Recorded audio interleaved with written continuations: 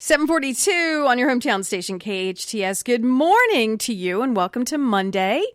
We do have a very special guest on the line this morning, Nikki Miller, who is the founder and director of the Academy Swim Club. Good morning, Nikki. How are you doing today? Good morning. I'm doing great, and thanks for having me on your show. Absolutely. It's a pleasure having you because we are going to learn so much about the Academy Swim Club, especially as we head into the summer months. Kids need to learn how to swim, and I was just reading your bio, and I had no idea that the inception of Academy Swim Club came from an incident that happened personally to you and your husband, Jim. Do you want to tell us about that? Sure. And the reason why I'm on the show is more to spread the message about how easy and quick drowning happens.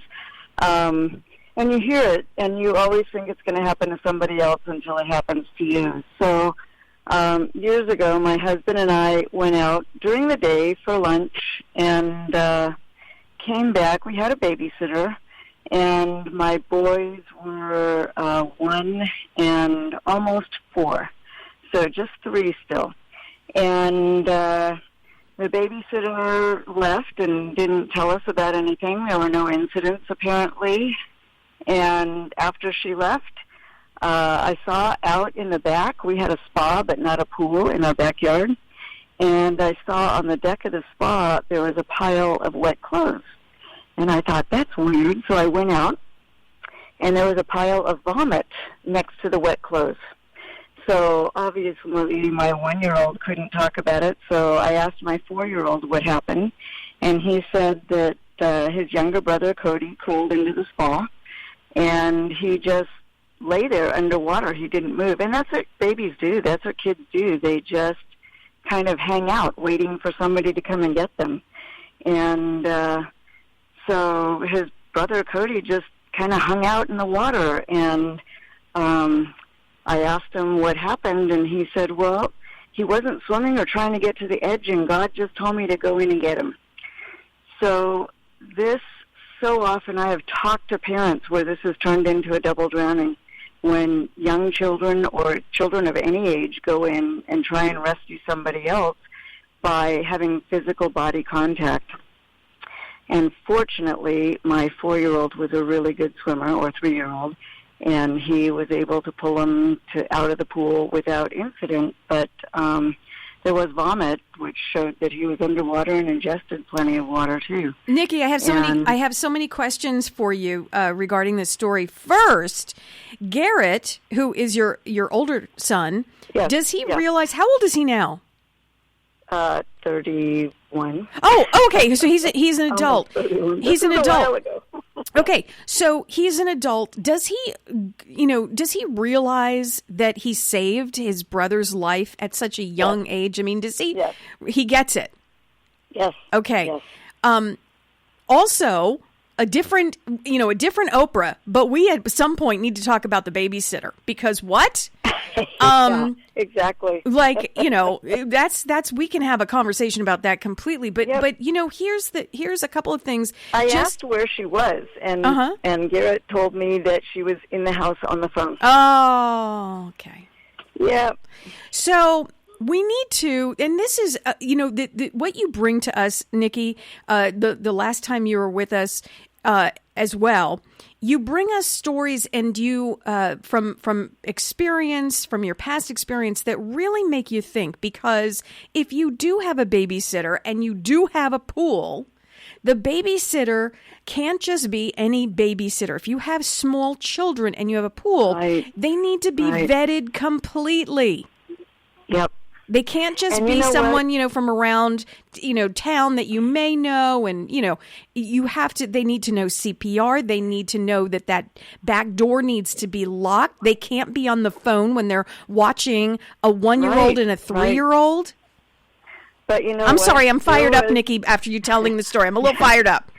No, this happens with adults, too. I know of an incident at a local homeowner's pool where there was a party. They had rented out the clubhouse and the party, and there were at least 50 adults standing around the pool. It wasn't a pool party. It was just a pool party without people going in and getting wet, an outdoor summer party. Mm-hmm. And all the adults are talking, and people think that when a drowning occurs, you're going to hear a splash. And that's not the case. Very often, children slip into the water, just no splash. They're either reaching for something in the water that's floating on the water, and they just go right in. And this is what happened with 50 people around the pool, and they had to airlift the child out. That's how long she'd been underwater before anybody noticed. So it's not just babysitters. It happens all the time. If you're going to be distracted, either assign somebody to watch the water and take 10-minute shifts, mm-hmm. or hire a lifeguard to mm-hmm. watch the water. Even if there's no swimming, it happens, So it just happens silently and quickly, and in 3 minutes, your whole world and life can change. And for every drowning is the number one cause of accidental death in the state of California for children 5 and under. And for every drowning, there's 4 near drownings that end in permanent brain damage. So is nothing to mess with, and something to really consider seriously. How can Academy Swim Club, you've been open since 2004. Mm-hmm. It's a year-round facility, yes? Okay. Yes. So how can you, at the Academy Swim Club, help us here in the Santa Clarita Valley? A lot of people have pools. We live in the desert. A lot of pools, a lot of small children. How can you help us? And kids find their neighbors' pools. If you don't have one, they're still going to find your neighbors' pools. And there are children in this valley who have drowned in neighbors' pools as far as 2 blocks away. Mm-hmm. They smell the water. I don't know what it is, but they're attracted to water. So there's 3 things I implore everyone to do. First is safer water. Put a fence around the water, put a pool surface alarm, do everything you can to put barriers between your children and the water. Mm-hmm. And children can drown in a bucket of water. Like, it's not just pools. It's washing machines, toilets, pool. And I say this without jesting. There are children who drown in buckets of water, in 1 inch of water. Mm-hmm. In little people put water in the blow-up pools for their dogs. Children can drown in that. So put barriers between water and your kids.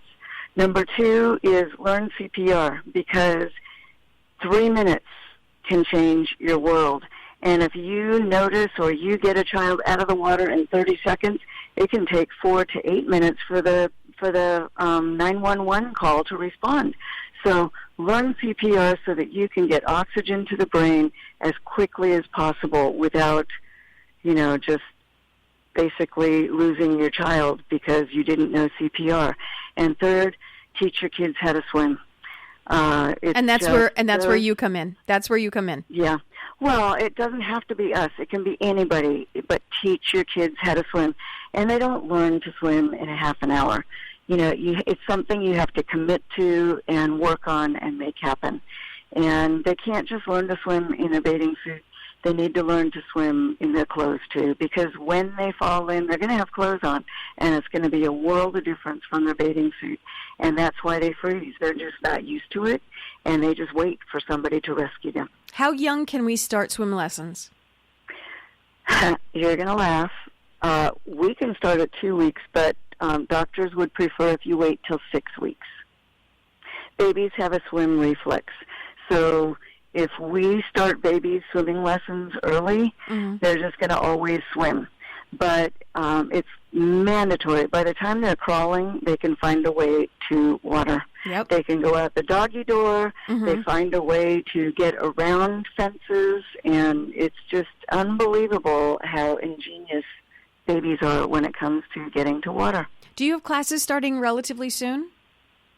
We have classes ongoing year-round, and right now, because of social distancing and COVID, we are packed in our lessons. We have a few openings, but not a lot. But like I said, we are here year-round, so when other places close or when your pool is closed in your backyard because it's cold, we're here year-round. Nikki, so much we learn every time you're on the show with us. Nikki Miller, Thank you. founder and director of Academy Swim Club right here in our valley. If you want to get to the website, it is swim4life.com. Swim4life.com. Remember the 3 essentials: barriers around a pool or any kind of water. Second, learn CPR. And third, teach your kids how to swim. If you can't teach them, we've got the perfect place. Academy Swim Club with our own Nikki Miller. Nikki, thank you so much for once again teaching us just, what we need to know, or reminding us what we need to know to keep our kids safe. Thank you so much for joining us. Thank you for helping spread this really important message. You bet. Thank you.